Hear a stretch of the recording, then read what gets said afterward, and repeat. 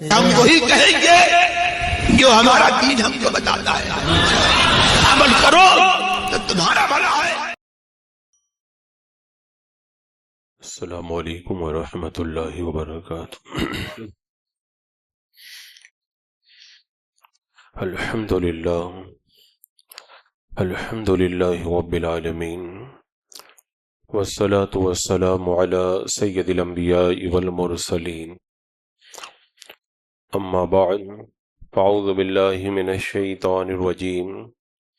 بسم اللہ الرحمن الرحیم. واتبع سبیل من اناب الی صدق اللہ مولانا العظیم وصدق رسولہ النبی الامین المتین الکریم ونحن علی ذلک لمن الشاہدین والشاکرین والحمد للہ رب العالمین.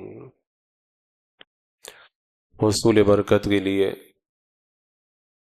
حضور اکرم سید عالم نور مجسم ارواحنا فدا محمد الرسول اللہ صلی اللہ تعالی علیہ وسلم کی پر نور بارگاہ میں درود و سلام کا ہدیہ پیش کر لیجیے. اللہم صلی علی سیدنا و شفیعنا و حبیبنا و مولانا محمد وبارک وسلم صلاۃ و سلام علیک یا رسول اللہ صلی اللہ تعالی علیہ وسلم. 28 محرم الحرام کو کچوچا مقدسہ کی سرزمین پر تارک السلطنت غوث زماں قطب زماں سیدنا سرکار مخدوم اشرف جہانگیر سمنانی رضی اللہ تعالی عنہ کا عرس پاک اہل محبت نے اپنی عقیدتوں اور محبتوں کے اور ان کی روحانیت کے سائے میں بڑے ذوق و شوق کے ساتھ میں منعقد کیا.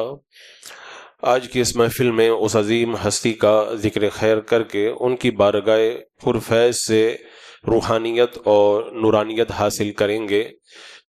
بظاہر تو سیدنا مخدوم اشرف جہانگیر سمنانی رضی اللہ تعالیٰ عنہ نے سلطنت کو ترک کیا، لیکن حقیقت یہ ہے کہ انہوں نے سلطنت کو ترک نہیں کیا بلکہ ظاہری سلطنت کے بجائے لوگوں کے دلوں پر حکومت کو آپ نے اختیار فرمایا، اور دنیا والوں کے دلوں پر آج بھی ان کی حکومت قائم ہے اور باقی ہے. ایران کا بڑا مشہور شہر ہے جسے سمنا کہا جاتا ہے. کسی زمانے میں اس شہر سمنا کے اندر سادات مقدس کی ایک عظیم جماعت حکومت کے مقدس تخت کے اوپر براجمان تھی، اور انہوں نے بڑے عدل و انصاف کے ساتھ میں حکومت کا فریضہ انجام دے کر لوگوں کی باطنی اصلاح کے ساتھ میں ظاہری اصلاح کا بھی سامان کیا تھا. اسی زمانے میں ایک عظیم سلطان ہوئے ہیں جسے دنیا سلطان ابراہیم کے نام سے یاد کرتی ہے. یہ گلشن مصطفیٰ کے ایک مہکتے ہوئے پھول تھے. اللہ تبارک و تعالیٰ نے انہیں ظاہری حکومت کے ساتھ باطنی حکومت بھی عطا فرمائی. بڑے نیک، بڑے پارسا اور دینی کاموں سے بڑی محبت کرنے والے. ایک روایت میں آتا ہے کہ انہوں نے اپنے زمانے میں 1000 مدرسے قائم کیے. مدارس کے طلبہ، وہاں پہ پڑھانے والے علماء اور دینی کام کرنے والے فقہا کو باضابطہ طور پر انہیں وظائف دیتے، ان کی امداد کرتے تاکہ دینی کاموں کے اندر بڑی تیزی کے ساتھ میں لوگ آگے بڑھ کر دین کے کاموں کو سر انجام دے سکیں. اور یہ سلطان محمد ابراہیم یہ حضور سیدنا مخدوم اشرف جہانگیر سمنانی رضی اللہ تعالیٰ عنہ کے والد محترم ہیں، اور سرکار مخدوم اشرف سمنانی رضی اللہ تعالیٰ عنہ کی والدہ محترمہ حضرت خدیجہ یہ بھی صحیح النسب سادات میں سے تھی اور بڑی روحانی شخصیت تھی، بڑی عابدہ زاہدہ تھی. اور ظاہر سی بات ہے جب ماں باپ اتنے پرہیزگار اور اتنے نیک ہوتے ہیں تو عموماً اللہ تبارک و تعالیٰ ان کے گلشن میں کھلنے والے پھول کو بھی ویسی ہی روحانیت اور نورانیت عطا فرماتا ہے.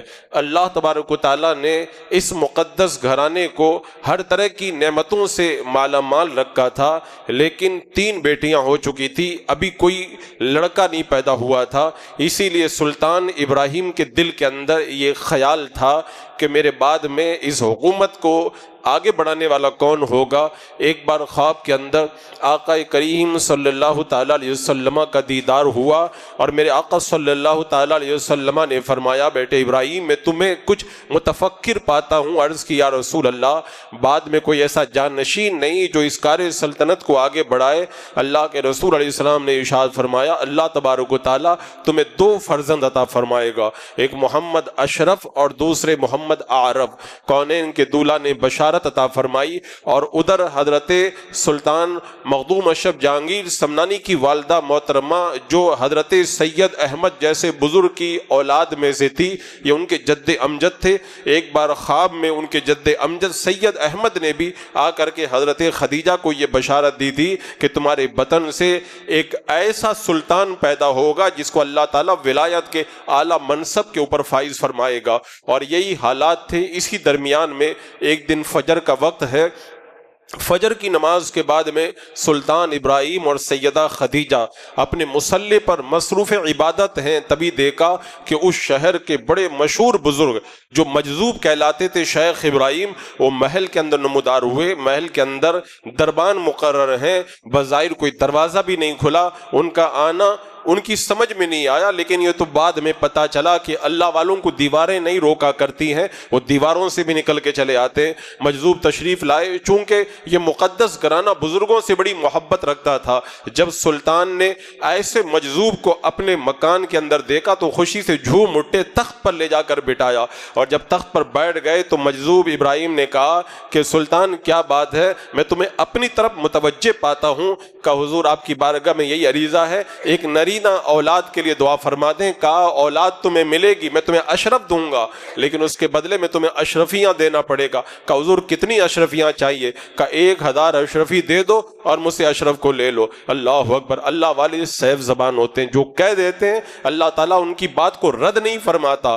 1000 اشرفیوں کا نذرانہ جب مجذوب کی بارگاہ میں پیش کیا، مجذوب نے فرمایا جاؤ میں نے تم کو اشرف دیا، اور اس کے بعد میں جب مجذوب اٹھ کر کے جانے لگے، سلطان پیچھے پیچھے بڑھے، کہا اب بھی کوئی تمنا باقی ہے، چلو ایک اور تمہیں عطا کرتا ہوں۔ 2 فرزندوں کی بشارت دے کر سلطان ابراہیم کو حضرت مجذوب ابراہیم وہاں سے روانہ ہو گئے، دیواروں سے چھن کر کے آئے تھے اور پھر وہیں سے نکل کر کے چلے گئے۔ اللہ والوں کی بشارت اور میرے آقا صلی اللہ تعالیٰ علیہ وسلم کی خوشخبری کے مطابق حضرت سلطان ابراہیم اور حضرت خدیجہ کے گھر میں پھر وہ ایک نورانی اور عرفانی چہرے والا بچہ پیدا ہوا، جسے بعد میں دنیا نے سلطان جہانگیر محمد اشرف سمنانی رضی اللہ تعالیٰ عنہ کے نام سے جانا۔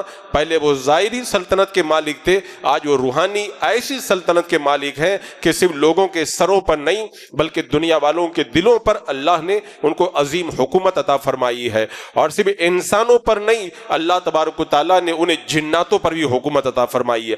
ایسے عظیم بزرگ حضرت سیدنا مخدوم اشرف جہانگیر سمنانی رضی اللہ تعالیٰ عنہ۔ اب ظاہر سے بات ہے اس زمانے میں دستور تھا جب بچہ 4 سال 4 مہینہ اور 4 دن کا ہو جاتا تھا، رسم بسم اللہ خانی ادا کی جاتی تھی۔ سلطان کے بیٹے ہیں اور عظیم بزرگ ہیں، رسم بسم اللہ خانی جب ادا کی گئی تو اس وقت کے بڑے زبردست عالم شیخ عماد الدین کو بلایا گیا، انہوں نے رسم بسم اللہ کو ادا کیا۔ اب یہ عظیم بچہ جب دینی تعلیم سے آراستہ ہونے لگا، اللہ تعالیٰ جن کو چن لیتا ہے اور پھر ان کے لیے راہیں بھی بڑی آسان ہو جاتی ہیں۔ جب آپ کی عمر شریف صرف 7 سال کی ہوئی، قرآن مقدس ناظرہ بھی ختم کیا۔ 1 سال کے اندر یعنی جب 7 سال کی عمر ہوئی، 7 قرأتوں کے اندر پورا قرآن مقدس آپ نے اپنے سینے کے اندر محفوظ کر لیا اور حافظ قرآن بن گئے۔ اور جب 14 سال کی عمر ہوئی، اس زمانے کے اندر جتنے علوم رائج تھے جو ایک عالم کے لیے پڑھنا ضروری تھا، ان تمام مروجہ علوم کے اندر آپ نے مہارت تامہ حاصل کی۔ چونکہ بادشاہ کے بیٹے سلطان کے بیٹے ہیں، 14 سال کی عمر میں جب فراغت پائی، 1 سال تک محنت کر کے صفہ سالاری کے ہنر کو آپ نے سیکھا، اور جب آپ کے والد محترم کا انتقال ہوا تو 15 سال کی عمر کے اندر حضرت مخدوم اشرف جہانگیر سمنانی رضی اللہ تعالیٰ عنہ تخت سمنا کے اوپر تشریف فرما ہوئے۔ ویسے بظاہر تو حضرت مخدوم اشرف سمنانی رضی اللہ تعالیٰ عنہ کا جو دل تھا وہ خدا کی طرف مائل تھا. آپ سلطنت کے ان جھمیلوں میں پڑھنا اچھا نہیں سمجھتے تھے، لیکن والدہ کا اصرار اور اہل خانہ کا اصرار تھا. تخت سلطنت پر بیٹھ تو گئے لیکن زیادہ وقت اولیاء کرام کی بارگاہ میں گزرا کرتا. شیخ عماد الدولہ کی بارگاہ میں جاتے، اپنے زمانے کے جو بڑے بڑے اولیاء کرام تھے ان کی بارگاہ میں جاتے اور اکتساب فیض کیا کرتے. ایک بار آپ نے ارادہ کیا ظاہری سلطنت کو ترک کر دوں، رائے مولا میں نکل جاؤں اور اللہ ہی کی یاد کے اندر فنا ہو جاؤں. حضرت خضر علیہ السلام تشریف لائے، منع کر دیا کہ اشرف ابھی وہ وقت نہیں آیا ہے، ابھی آپ کو یہ ظاہری حکومت کو انجام دینا پڑے گا.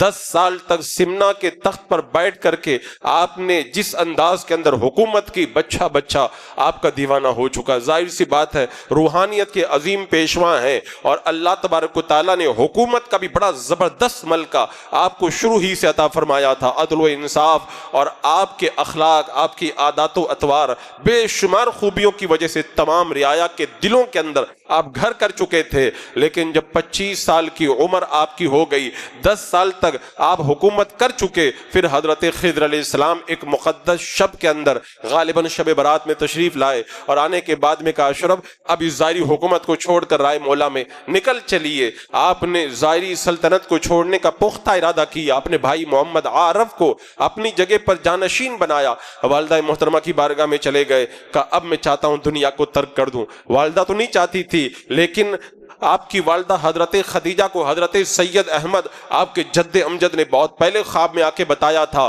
کہ ولایت کا آفتاب و مہتاب بن کر کے تمہارا بیٹا چمکنے والا ہے. اس لیے آپ نے اپنے بیٹے کو رائے مولا کے اندر روانہ کیا، لیکن کہا بیٹا میری یہ تمنا ہے، تم ایک عظیم سلطان کے بیٹے ہو، تم ایسے مت جاؤ، تم جاؤ تو پورے کر و فر کے ساتھ میں یہاں سے نکلو تاکہ مجھے پتا چلے کہ میرا بیٹا جا رہا ہے، کسی جہاد کے لیے روانہ ہو رہا ہے. 12,000 کا لشکر ماں نے آپ کے ساتھ میں روانہ کیا، بڑے کر و فر کے ساتھ میں آپ کو رخصت کیا گیا اور رائے مولا میں حضرت مخدوم سمنا نکلے. حکومت کی سرحد تک تو سپاہی ساتھ میں چلے، لیکن جس کے دل کے اندر فقیری کا جذبہ ہو وہ امیری کو برداشت نہیں کرتا. آپ نے تمام لوگوں کو راستے سے روانہ کر دیا. 2 خادم تھے، وہ صرف ساتھ میں چلے، لیکن بہت دور کا سفر کرنے کے بعد میں آپ کے دل میں خیال آیا کہ میں رائے مولا میں نکلا ہوں، گھوڑے پہ بیٹھ کے جاؤں، خادم ساتھ میں رہے. آپ نے گھوڑے کو بھی چھوڑ دیا، خدام کو بھی چھوڑ دیا اور پیدل چل کر کے رائے مولا کے اندر نکل پڑے. اب اس راہ کے اندر آپ نے کیا مشقتیں اٹھائی،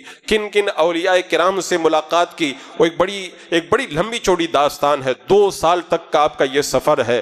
بہت سارے علاقوں میں گئے اور مختلف علاقوں کے اندر اس زمانے کے جو الگ الگ اولیاء کرام تشریف فرما تھے ان لوگوں سے آپ نے ملاقاتیں کی اور اکتساب فیض کیا. جیسا کہ بعض روایتوں کے اندر آتا ہے جب آپ مقام اوج کے اندر پہنچے تو اس زمانے کے عظیم ولی حضرت مخدوم جہانیہ جہاں گشت رحمت اللہ تعالی علیہ سے ملاقات ہوئی، ان سے اکتساب فیض کیا.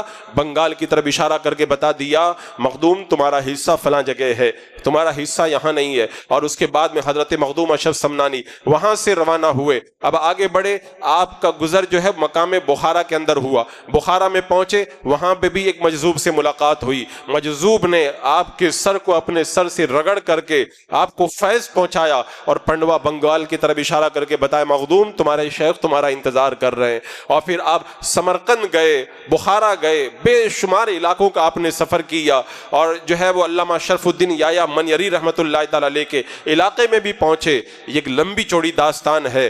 آپ نے اس سفر کو طے کر کے جب 2 سال کے بعد میں پنڈوا کے قریب پہنچے، حضرت مخدوم علاء الحق والدین پنڈوی رحمت اللہ تعالی علیہ اپنی خانقاہ میں آرام فرما رہے ہیں.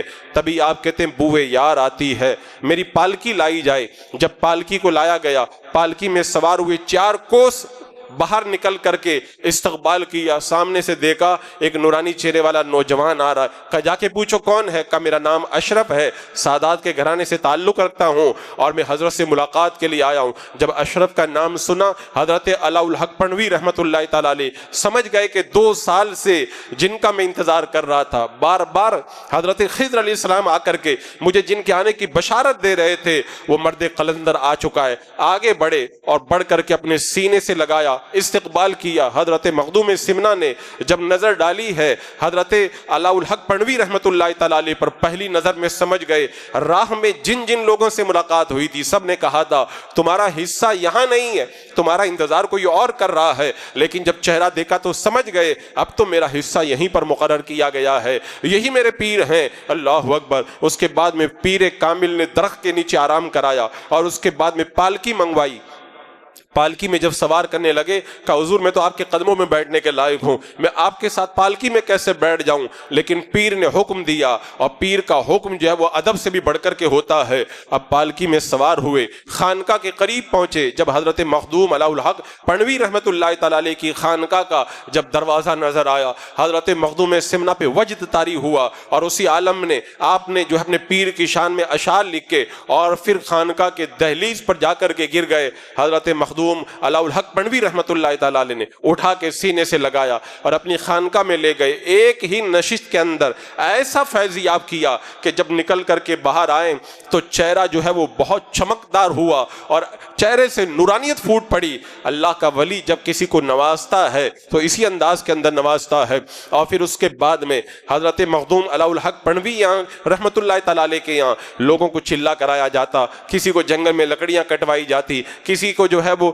کھانا وغیرہ کا انتظام کروایا جاتا، کسی سے کھانا یہ سارے کام بٹے تھے. آپ نے کہا حضور مجھے بھی کوئی کام عطا فرما دیں، میں بھی آپ کی بارگاہ میں رہ کر کے کوئی کام کروں. کہا مجھے تمہارے بارے میں حضرت خضر علیہ السلام نے بہت پہلے بتا دیا، آپ کو کوئی کام کرنے کی ضرورت نہیں ہے. لیکن آپ کو پتا تھا جو کچھ بھی ملتا ہے عبادت و ریاضت سے بندہ اس مقام تک نہیں پہنچ سکتا جب تک کہ پیر کے قدموں میں خدمت کر کے قربان نہ ہو جائے. پیر کے سامنے جوتیاں حاضر کرنا، پیر کا جو ہے وہ سامان اٹھانا، حضرت مخدوم علاء الحق پنڈوی رحمۃ اللہ تعالیٰ علیہ کی خدمت کرنا. 12 سال تک ان راہوں سے حضرت مخدوم سمنا گزرتے رہے. جب 12 سال کا عرصہ گزر گیا پھر کہا مخدوم آج ہم تمہیں نوازیں گے. پھر اللہ کی بارگاہ سے جہانگیر کا خطاب آپ کو عطا کیا گیا اور خطاب جہانگیری پانے کے بعد میں حضرت مخدوم علاء الحق پنڈوی رحمۃ اللہ تعالیٰ علیہ نے کہا اب تمہیں لوگوں کی رشد و ہدایت کے لیے ہم روانہ کریں. کا حضور میں تو حکومت کو چھوڑ کے آیا ہوں، اگر آپ کے دربار کے اندر مجھے رہنا نصیب نہیں ہوتا تو میں حکومت چھوڑ کے کیوں آتا.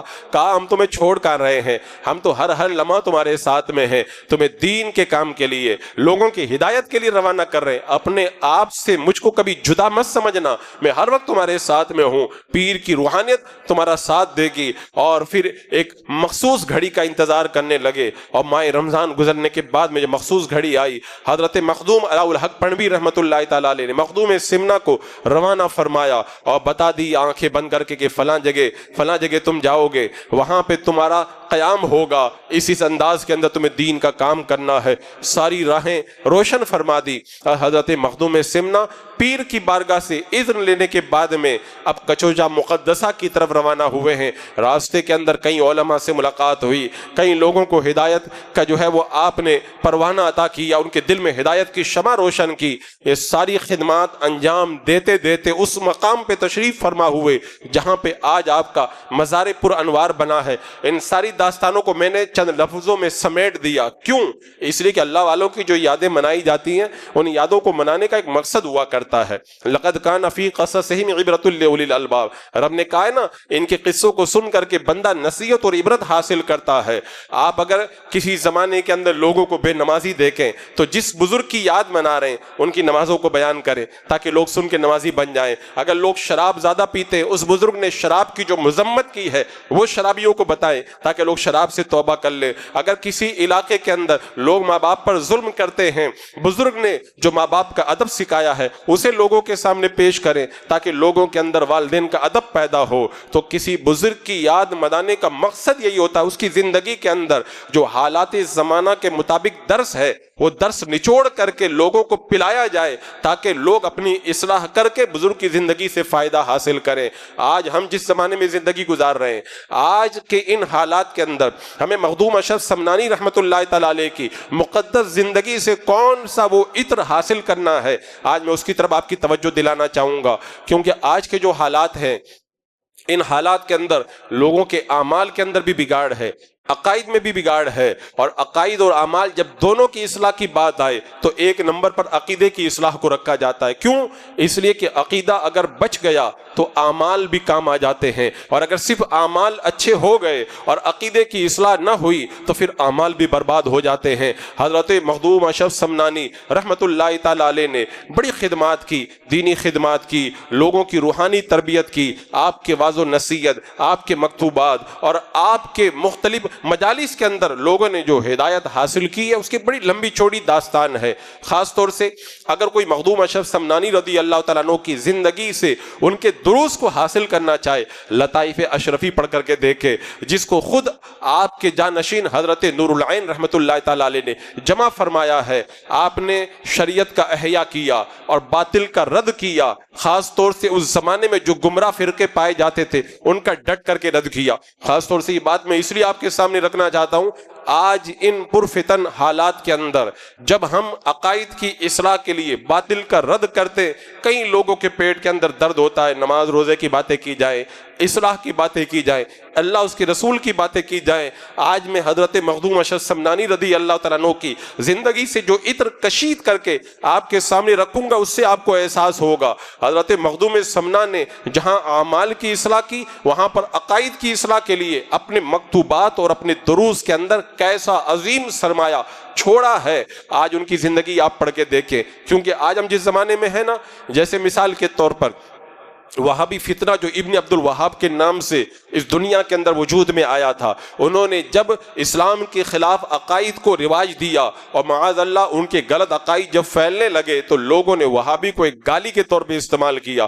اس زمانے میں انگریزوں کی حکومت یہاں پر تھی، 1888 کے اندر، اس زمانے کے اندر انگریزوں کے پاس میں وہابیوں نے باضابطہ طور پر ایک درخواست دی تھی کہ ہم کو وہابی کہہ کے لوگ گالی دیتے، ہمارا نام بدل دیا جائے۔ تو اس زمانے میں 1888 میں جو یہاں کی برٹش حکومت تھی اس نے باضابطہ یہ آرڈر جاری کیا تھا، آج کے بعد میں کسی وہابی کو وہابی نہیں کہا جائے گا، اس کو اہل حدیث کہا جائے گا۔ باضابطہ طور پر برٹش حکومت سے وہابیوں نے اہل حدیث نام الاٹ کروایا، تو پھر اس کے بعد میں اہل حدیث کے پردے میں لوگوں کو گمراہ کرنے لگے۔ اسی طریقے سے حضرت مولا علی رضی اللہ تعالیٰ عنہ کی محبتیں اہل سنت کے دل کے اندر اس قدر بسی ہوئی ہیں کہ حضرت مولا علی کا نام سن کر کے ہر کوئی سنی اپنی گردن جھکاتا ہوا نظر آتا ہے۔ اس کا فائدہ اٹھاتے ہوئے رافضیوں نے اس زمانے کے اندر اپنا چولا بدلا، اور چولا بدل کر کے انہوں نے اپنے آپ کو رافضی اور شیعہ کہنے کے بجائے کہا ہم لوگ مولائی ہیں، حضرت علی سے پیار کرنے والے، اور یہ ٹائٹل، یہ لیبل لگا کر کے اور اس طرح کا جو ہے وہ لبادہ اوڑھ کر کے انہوں نے معاذ اللہ سنیوں کو گمراہ کرنا شروع کیا۔ اب ان حالات میں حضرت مخدوم سمنا رضی اللہ تعالیٰ عنہ کی تعلیمات کو آپ دیکھیں، جب ہم جھوٹے مولائیوں کا رد کرتے نا، لوگ کیا کہتے؟ نماز روزہ کی باتیں کرنا چاہیے، ہمیں قبر کے اندر یہ تھوڑی پوچھا جائے گا کہ مولائی کون ہے کون مولائی نہیں ہے، اور ان کا رد کرنا ضروری ہے کہ نہیں۔ بہت سارے لوگ کہتے ہیں ان کا رد بار بار کرنے سے فائدہ کیا ہے، کیا اس کے علاوہ ان کو اور کوئی کام نہیں ہے؟ اور بعض لوگ تو کہتے ہیں ہمارے بزرگوں نے تو اللہ اللہ کیا ہے، ہمارے بزرگوں نے تو چلہ کشی کی ہے، ہمارے بزرگوں نے تو لوگوں کی ہدایت کا کام کیا ہے، انہوں نے تو کسی کا رد نہیں کیا۔ آؤ میں آپ کو بتاؤں، حضرت مخدوم اشرف جہانگیر سمنانی رضی اللہ تعالیٰ عنہ کی حیات طیبہ کس انداز کے اندر ہمیں درس دیتی ہے۔ آج سے کم و بیش 700 سال پہلے ہندوستان کی سرزمین پر تبلیغ کے لیے آنے والی عظیم ذات، تارک السلطنت، غوث زمان، قطب زمان حضرت مخدوم اشرف سمنانی رضی اللہ تعالیٰ عنہ نے رافضیوں کا، ان جھوٹے مولائیوں کا کس انداز کے اندر رد کیا۔ آپ کی زندگی کیا تھی؟ ذکر کرنا، لوگوں کو چلہ کشی کروانا، آپ نے کرامتیں دکھائی، لوگوں کی روحانی تربیت کی، قرآن و سنت کا درس دیا، گمراہ لوگوں کو آپ نے ہدایت عطا فرمائی، اور جہاں کہیں بھی جیسی بھی اصلاح کی ضرورت پڑی آپ نے اصلاح فرمائی۔ لیکن ساتھ ہی ساتھ اگر کوئی گمراہ فرقہ سامنے آیا تو حضرت مخدوم اشرف سمنانی رحمت اللہ تعالیٰ علیہ نے ان گمراہوں کا ڈٹ کر کے رد کیا۔ حضرت مخدوم سمنا اپنے خط کے اندر، اپنے ایک مکتوب کے اندر لکھتے ہیں کہ جب تک کوئی سالک صداقت ابو بکر صدیق رضی اللہ تعالیٰ عنہ سے آراستہ نہیں ہوگا اس وقت تک اس کا کوئی نفع ظاہر نہیں ہوگا۔ آپ نے بتا دیا اگر کوئی ولی بننا چاہتا ہے پہلے حضرت ابو بکر صدیق کی صداقت کو اس کو اپنے دل کے اندر اتارنا ہوگا، صداقت ابو بکر کے بغیر وہ کامیاب ہو ہی نہیں سکتا ہے۔ اسی طرح حضرت مخدوم اشرف سمنانی رحمت اللہ تعالیٰ علیہ نے اپنے خط میں لکھا جب تک کوئی سالک رائے مولا کے اندر نکلنے والا بندہ حضرت ابو بکر کی صداقت کو نہ اپنائے، حضرت عمر کی عدالت سے آراستہ نہ ہو، حضرت عثمان غنی کی سخاوت کو اپنی زندگی میں داخل نہ کرے، اور حضرت مولا علی کی شجاعت سے وہ مزین نہ ہو، اس وقت تک وہ کسی کام کو نہیں پہنچے گا، وہ ولی بن ہی نہیں سکتا ہے۔ آج آپ دیکھ لیں جو جھوٹے مولائی ہیں، حضرت ابو بکر، حضرت عمر، حضرت عثمان کی جو ہے وہ صداقت، عدالت اور سخاوت کو اپنانا تو بہت دور کی بات ہے، معاذ اللہ ان کی شان کے اندر بدتمیزی کے کلمات بھی کچھ لوگ کہتے ہوئے نظر آتے ہیں۔ حضرت مخدوم سمنا نے بتا دیا، تم لاکھ عبادتیں کر لو، جب تک ان مقدس خلفاء کے اوصاف کو تم نہیں اپناؤ گے تم کبھی کامیاب نہیں ہو سکتے، رائے مولا میں پہنچ نہیں سکتے، ولی بننا تو بہت دور کی بات ہے۔ اسی طرح حضرت مخدوم سمنا رضی اللہ تعالیٰ عنہ نے اپنے ایک مکتوب کے اندر آپ نے عقائد اہل سنت کو بیان کیا، اور عقائد اہل سنت کو بیان کرتے ہوئے فرماتے ہیں حضرت ابو بکر اور حضرت عمر کو سب سے افضل ماننا یہ اہل سنت کے عقائد میں سے ہے، حضرت عثمان اور حضرت علی سے پیار کرنا یہ اہل سنت کے عقائد میں سے۔ یہ جھوٹے مولائی معاذ اللہ حضرت علی کو حضرت ابو بکر سے افضل قرار دیتے ہیں۔ حضرت مخدوم سمنا کی نظریں دیکھیں کہ آپ نے کس انداز کے اندر اس زمانے کے رافضیوں کا اور آج کے جھوٹے مولائیوں کا کس انداز کے اندر ڈٹ کر کے رد فرمایا۔ ایک جگہ فرماتے ہیں مخدوم سمنا رحمۃ اللہ تعالی علیہ کہ 72 فرقے ہیں وہ جہنم میں جانے والے، کیونکہ ایک جماعت ہے جس کو اللہ تعالیٰ نے جنتی جماعت بنایا میرے آقا علیہ السلام کے فرمان کے مطابق۔ تو حضرت مخدوم سمنا رحمۃ اللہ تعالی علیہ نے ان کو فرمایا کہ یہ جتنے 72 گمراہ فرقے ہیں ان کی جو اصل ہے، جو جڑ ہے وہ 6 ہیں، اور ہر 6 کے 12 فرقے ہیں، ہر 6 کے 12 فرقے ہیں۔ ان 6 جڑوں کو، 6 اصلوں کو اور 6 بنیادی چیزوں کو بیان کرتے ہوئے حضرت مخدوم سمنا فرماتے ہیں ایک ہے رافضیہ، اور دوسرا ہے خارجیہ، تیسرا قدریہ، چوتھا جبریہ، پانچواں جہمیہ اور چھٹا ہے مرجیہ۔ یہ 6 گمراہ فرقے بڑی بڑی جماعتیں، ان کے 12 شاخیں، یہ کل 72 فرقے ہوئے، یہ سب جہنم کے اندر جانے والے ہیں۔ اس کے بعد میں حضرت مخدوم سمنا رحمۃ اللہ تعالی علیہ نے ان گمراہ فرقوں کی تفصیل کرتے ہوئے فرمایا کہ ان میں سے جو شیعہ ہیں وہ تمام صحابہ میں حضرت علی کو زیادہ بہتر نہ ماننے والوں کو کافر کہتے ہیں۔ عقیدہ بیان فرما رہے ہیں جو جہنم میں جانے والی جماعت شیعوں کی کہتے ہیں، وہ کہتے ہیں حضرت علی کو جو تمام سے افضل نہ مانے اس کو کافر کہتے ہیں۔ یہ آج کے زمانے کے اندر یہ بلا پنپتی چلی جا رہی ہے۔ مخدوم سمنا نے اس کا رد فرمایا، اور آگے چل کر کے حضرت مخدوم سمنا رحمۃ اللہ تعالی علیہ فرماتے ہیں ایک فرقہ ہے لاعنیہ، ان کا کام ہے حضرت امیر معاویہ، حضرت زبیر، حضرت طلحہ اور حضرت عائشہ رضی اللہ تعالی عنہم کے اوپر لعنت کرنے کو یہ جائز قرار دیتے ہیں۔ حضرت مخدوم سمنا رحمۃ اللہ نے فرمایا یہ لعنت ملامت کرنے والے، حضرت امیر معاویہ، حضرت عائشہ کی شان میں بدتمیزی کرنے والے، یہ بھی جہنم کے اندر جانے والے ہیں۔ یعنی کتنے پیارے انداز کے اندر اپنے زمانے کا غوث اور قطب ڈٹ کر کے جھوٹے مولائیوں کا رد کر رہا ہے، اور آج کے ان حالات کے اندر بڑی تیزی کے ساتھ میں لوگ ان کے چنگل میں گرفتار ہوتے چلے جا رہے ہیں، بلکہ جو لوگ حضرت مخدوم اشرف سمنانی رحمۃ اللہ تعالی علیہ سے اپنی نسبتوں کو بیان کرتے ہیں، ان میں سے بھی کچھ لوگ معاذ اللہ آج حضرت مخدوم اشرف سمنانی رحمۃ اللہ تعالی علیہ کے بتائے ہوئے عقیدوں کے خلاف چلتے چلے جا رہے ہیں۔ اللہ اکبر کبیرہ۔ اسی لیے حضرت مخدوم اشرف سمنانی نے ایک موقع پہ ارشاد فرمایا کہ جو جس سے پیار کرتا ہے وہ اس کے جس سے پیار کرتا ہے اسی کی اتباع بھی کرتا ہے۔ اگر کوئی کسی سے پیار کرے اور اس کے راستے پہ نہ چلے تو اس کی محبت جھوٹی ہے۔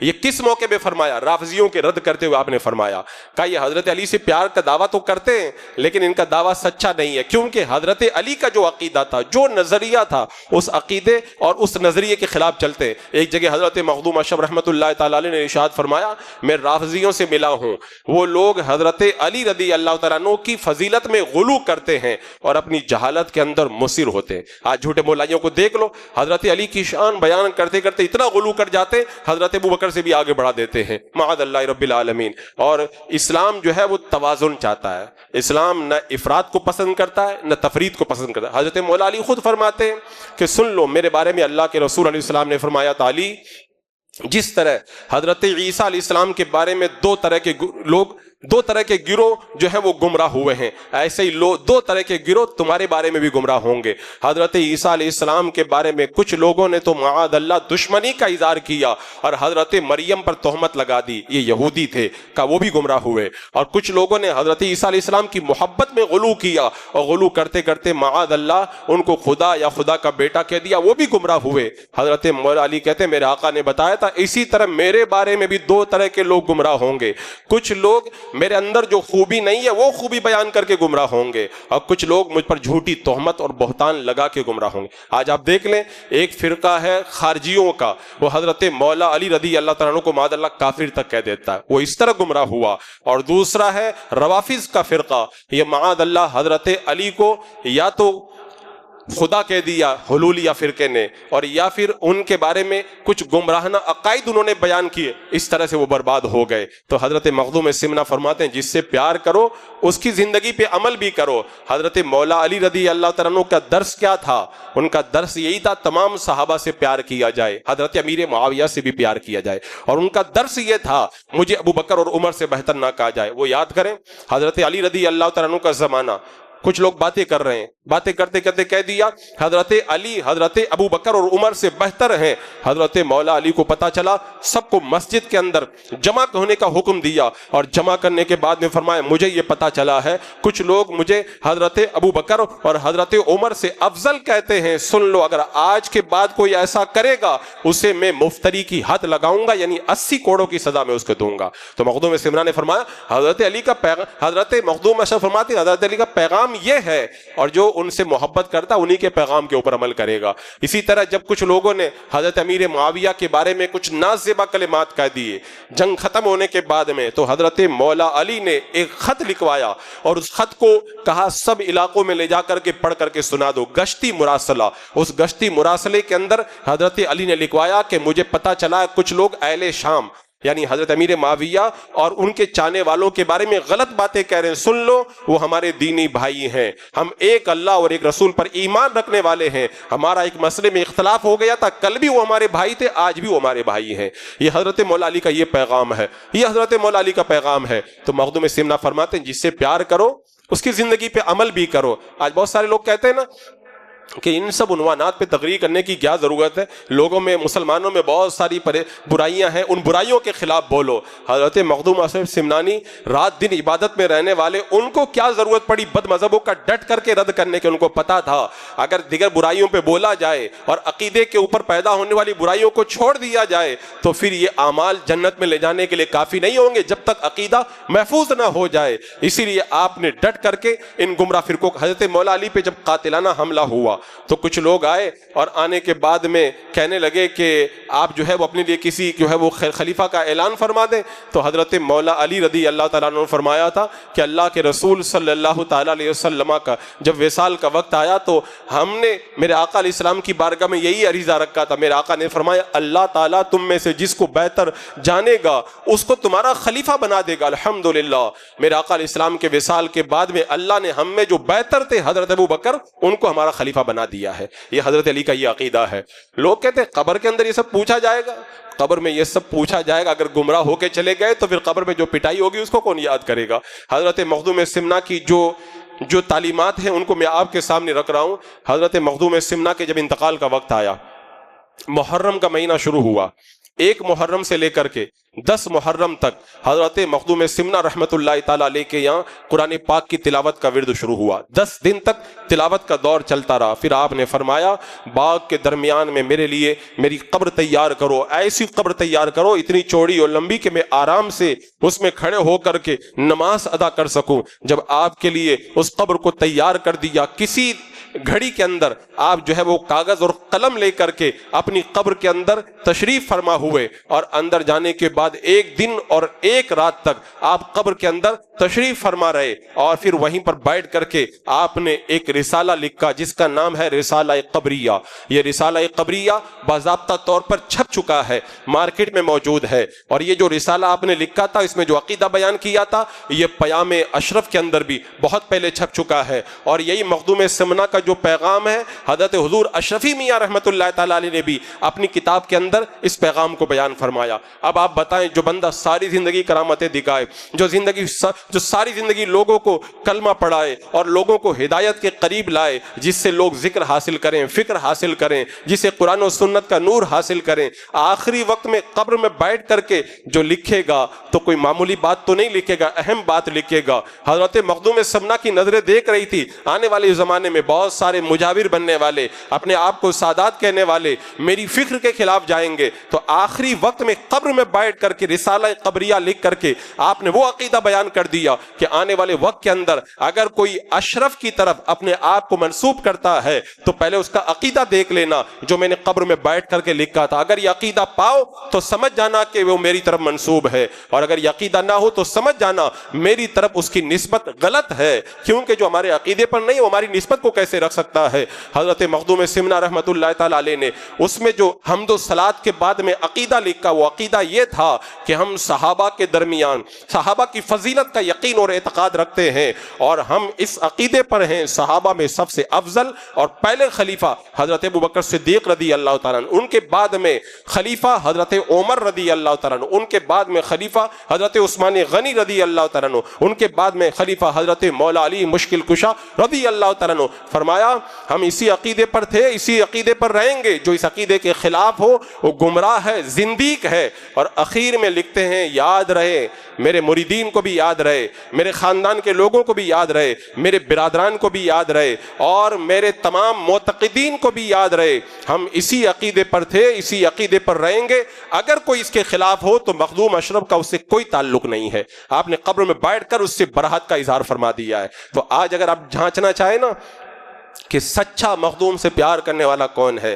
تو اس کا یہ عقیدہ دیکھنا، جھوٹے مولائی جو مجاور بن کر یا سادات بن کر حضرت مخدوم سمنا کے عقیدے کے خلاف بکواس کرتے ہوئے نظر آتے، وہ کبھی بھی سچے مخدوم کے ماننے والے ہو ہی نہیں سکتے، چاہے لاکھ ان کا نام لیں، کیونکہ جب تک عقیدہ اور نظریہ میچنگ نہیں کرے گا، ایک جیسا نہیں ہوگا، اس وقت تک بندہ نجات پانے والا بھی نہیں ہے۔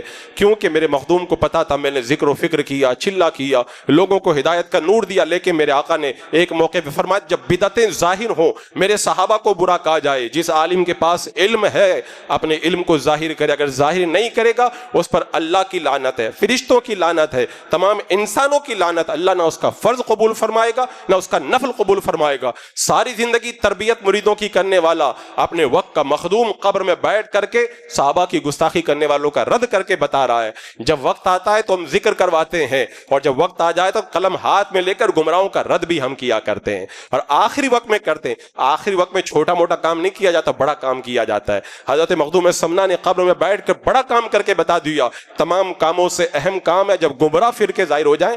حضرت ابو الاسحاق اسفرائینی رحمۃ اللہ تعالیٰ علیہ جب معتزلہ گمراہ کر رہے تھے لوگوں کو، جنگل میں چلے گئے، جنگل میں کوئی گھاس کھا رہا تھا، کوئی بھوکا رہ کے چلا کر رہا تھا، لوگ سوکھ کے کانٹا ہو گئے تھے، ان صوفیوں سے جا کے کہا تم یہاں چلا کر رہے ہو، یہاں عبادت کر رہے ہو، لوگ گمراہ ہو رہے ہیں شہروں کے اندر۔ انہوں نے کہا حضرت ہمارا کام نہیں، یہ آپ کا کام ہے، آپ جا کر کے یہ کام کریں۔ حضرت ابو اسحاق اسفرائینی رحمۃ اللہ تعالیٰ علیہ جنگل سے پلٹ کے آئے اور کتابیں لکھ کر کے گمراہوں کا ایسا رد کیا، جنگل میں بیٹھ کر کے چلا کشی کرنے والوں کو آج کوئی نہیں جانتا۔ حضرت ابو اسحاق اسفرائینی رحمۃ اللہ تعالیٰ علیہ کے نام کے خطبے آج بھی ممبروں پر پڑھے جاتے ہیں۔ تو پتہ چلا زمانے میں جب گمراہیت پھیلے نا، اس وقت اللہ اللہ کرنے والوں کا نام باقی نہیں رہتا ہے، اس وقت نام انہی کا باقی رہتا ہے جو سر اوکھلی میں دیکھ کر موصل کھائے اپنے سر پر اور گمراہوں کا ڈٹ کر کے رد ادا کرے۔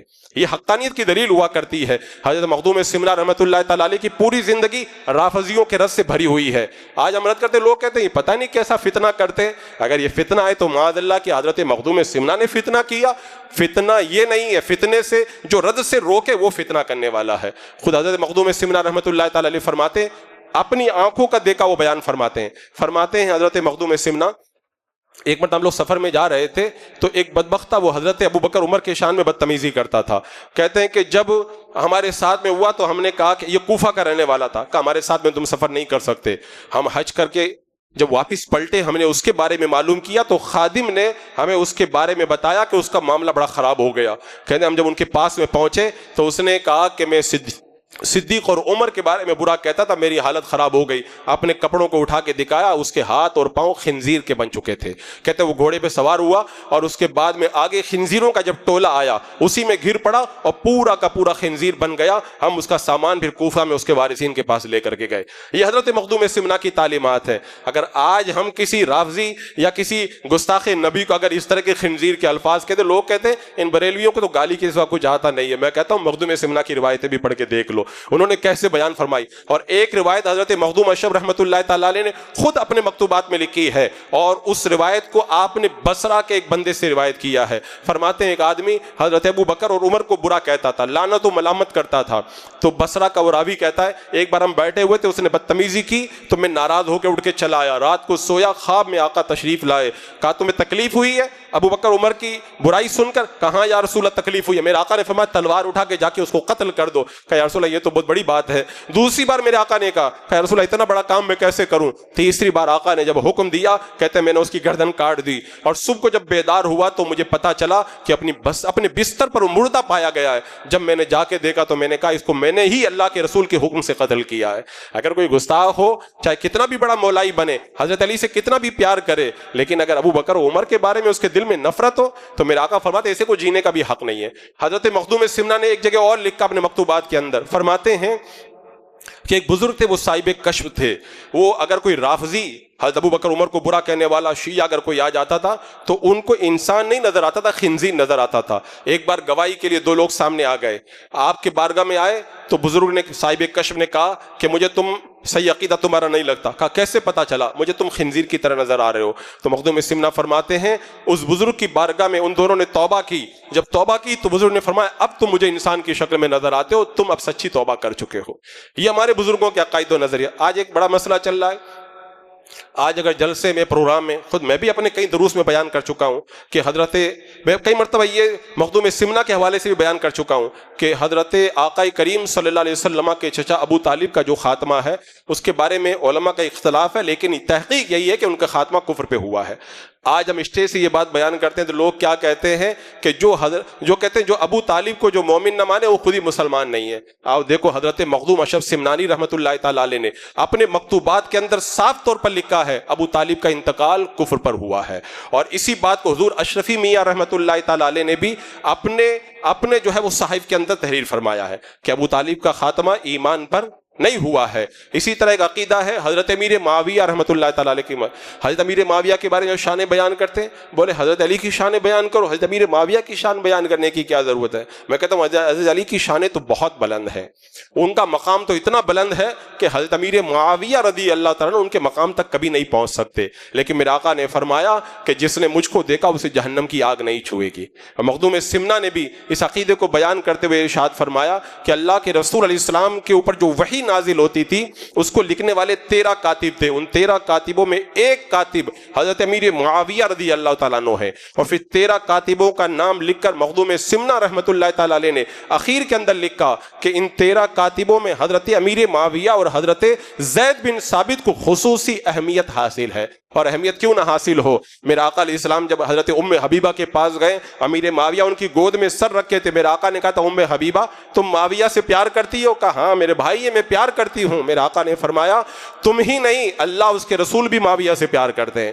یہ عقیدہ حضرت مخدوم سمنہ نے میرے آقا کے فرامین سے اخذ کیا ہے. عزیزان مکرم بڑی طولانی بحث ہے یہ. میں آخر کے اندر یہ آپ کو پیغام دینا چاہوں گا، اللہ والوں کی یادیں مناؤ تو دیکھ بھی لیا کرو ان کا عقیدہ کیا تھا، ان کا نظریہ کیا تھا، ان کی تعلیمات کیا تھی. جب تک عقیدہ، تعلیمات اور نظریات معلوم نہ، کوئی بھی جھوٹا مولائی آپ کو گمراہ کر سکتا ہے. مخدوم سمنہ کا فیض کل بھی جاری تھا، آج بھی جاری ہے.